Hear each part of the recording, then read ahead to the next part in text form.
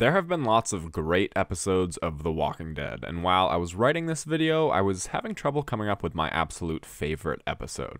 There were a lot of episodes that came to mind, but one that will always stick out to me is Season 4, Episode 8, Too Far Gone. Too Far Gone was easily the biggest episode in terms of scale and storytelling that The Walking Dead had ever done in its first 4 seasons. To this day, it still stands out as one of the biggest moments in the show, and it really is as close to perfection as you can get when it comes to this show. So in this video, I'm going to go over Too Far Gone, give you my recap, my analysis, and why it stands out as much as it does to me.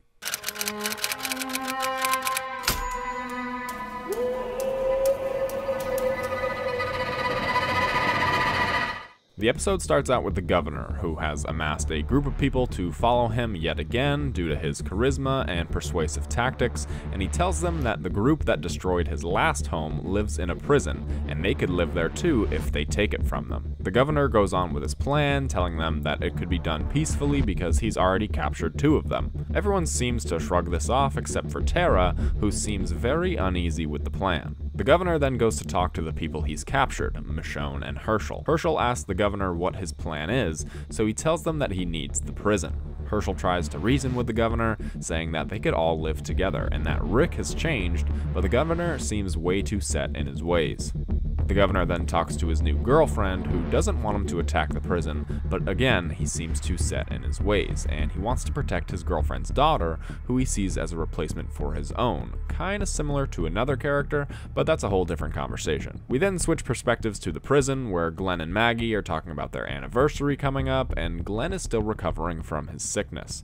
Rick and Daryl are also having a heated conversation about how Rick banished Carol from the prison.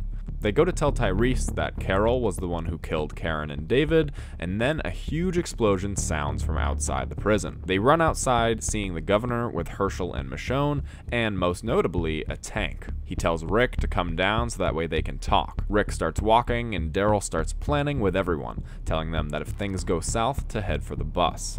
Rick and the governor start talking, neither of them really seeing eye to eye on the whole governor demanding they leave so he can move in type of deal. We then switch back to the governor's girlfriend and daughter, who's playing by the water when a walker bites her. Back at the prison, Rick tells the governor that they can all live together, exactly the same thing that Herschel said earlier in the episode. The governor steps off the tank, grabbing Michonne's sword and holding it to Herschel's neck. Rick goes on to say that they can let go of the past and everyone can walk through the gates and live in different cell blocks until they're all ready. He says that they can all still come back, that they're not too far gone. Herschel smiles at Rick's speech. The governor lowers the sword, and the rest is history.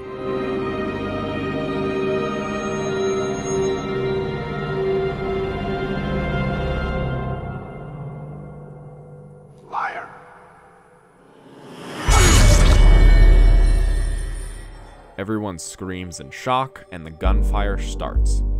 Both Rick and the governor get shot, Michonne does her best to get away, and the governor finishes the job. Tara puts her weapon down, knowing that none of this is right. The governor's girlfriend comes with her bitten daughter, and the governor puts her down. He orders everyone to go through the gates and kill them all. Tank goes through the gates as Daryl takes down some of the foot soldiers, and the tank returns by blowing up what they want to be their new home. The others start running for the bus as Rick takes on the governor. Daryl engages in combat as walkers get near him, but Daryl is Daryl and he uses the walker as a shield as he throws a grenade towards the tank. The bus leaves and Tyrese is cornered until Lizzie and Mika save him. Rick and the governor continue their fight, and Rick seems to be on the losing end until Michonne steps up and stabs the governor through the chest. Daryl blows up the tank with a grenade and finds Beth, while Rick and Carl find an empty car seat, leading them to believe that Judith is dead. The governor lies on the ground, and his girlfriend comes over and finishes the job. Rick and Carl flee the prison, and Rick tells them, "Don't look back,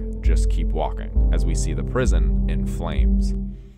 Now, just to remind you, the previous 2 episodes were centered around the governor, who we see might be becoming a changed man. He's found a new girlfriend and a replacement daughter, and he seemingly wants what's best for this new community he's the leader of. But we know better than to think the governor is a changed man. He lies to this new group and is far too set in his ways to see any other point other than his own. Both Herschel and Rick tell the governor that they can move on and live in the prison together, proving that Rick has grown and changed, but the governor holds too big of a grudge against them. He's incapable of change and compromise, thus making him the one that's too far gone. For the first half of the episode, you almost believe the governor that he wants to find a place to live with this new group of people. But as the episode goes on, you can see that the governor is just using these people to take revenge on Rick and the group. These people, all except for Tara at least, follow the governor blindly, listening to his every instruction, whether that's to kill these people or destroy what they want to be their new home. There's something incredibly symbolic about having the governor destroy the prison. He's led all these people to believe that they have to take the prison in order to live in it, but in reality, the governor never really planned on living at the prison. Perhaps he would have if they had taken it, but even if Rick's people had decided to leave the prison and give it to him, his revenge wouldn't have been fulfilled. He probably still would have fired on the prison and tried to kill them all, and the people following him would have blindly followed. The governor is the one who delivers the first blow to Herschel. He wanted this inevitable chaos to ensue, and he wanted this giant battle. Firing on the prison with the tank was him trying to cause collateral damage, both to Rick and his group, and all those who fled Woodbury to come to the prison. We can see that the governor was so full of rage and determination to get his revenge when his girlfriend and the daughter arrive at the prison, and he mercilessly puts her down, something that seemed a bit out of character for the governor, who kept his zombie daughter locked away in his apartment. The governor was a changed man, but not for the better.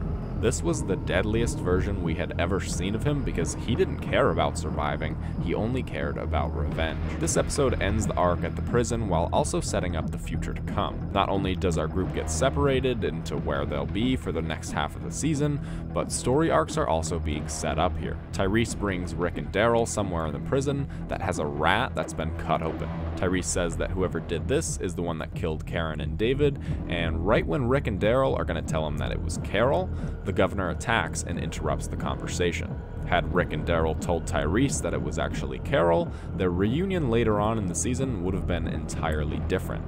Tyrese is also saved by Lizzie and Mika, which at the time was a cool moment, but knowing where this storyline ultimately leads was really just set up for something much worse to follow. One of the things I truly love about this episode is how no one wins. The governor is killed, sure, but the prison is now uninhabitable and our group is separated and on the road. The entirety of the people who were following the governor are now killed or separated in their own right, and there was no moral victory.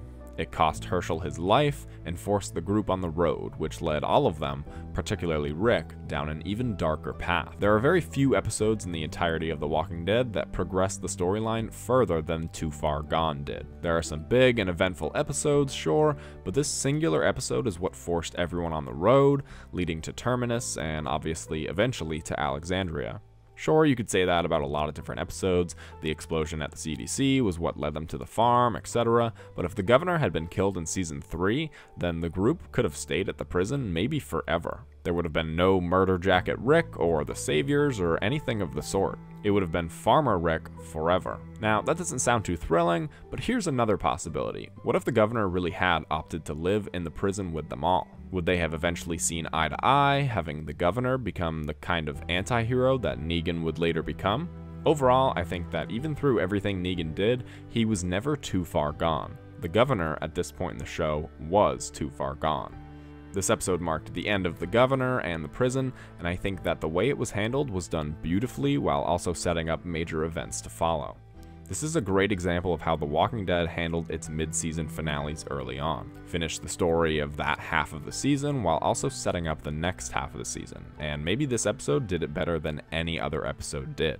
Let me know your thoughts on Too Far Gone in the comments below, and let me know which episode you want me to analyze next. If you enjoyed the video, remember to leave it a like and subscribe for more content like this. If you do, then I'll see you in the next one. So if you're not caught up, the best way to do that is with Atlas VPN.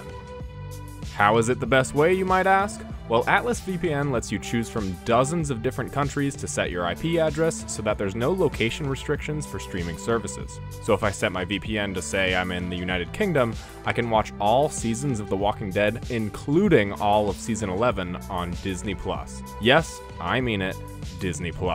Not only will you be able to watch all of The Walking Dead when you download Atlas VPN, but if you want to check out what's on Netflix in Germany, I just set the VPN to Germany and you can access their entire catalog. I have Atlas VPN on both my phone and my laptop, and other VPNs might charge you per device, but you can have unlimited devices with Atlas VPN. You can also change your location when you're shopping online and compare different prices so that way you can find the best deal out there. Using the link in the description and the comments section, you can save up to 83% off the best and most affordable VPN out there. So if you're not caught up with The Walking Dead, or you just want to have the best VPN on the market, go ahead and download Atlas VPN.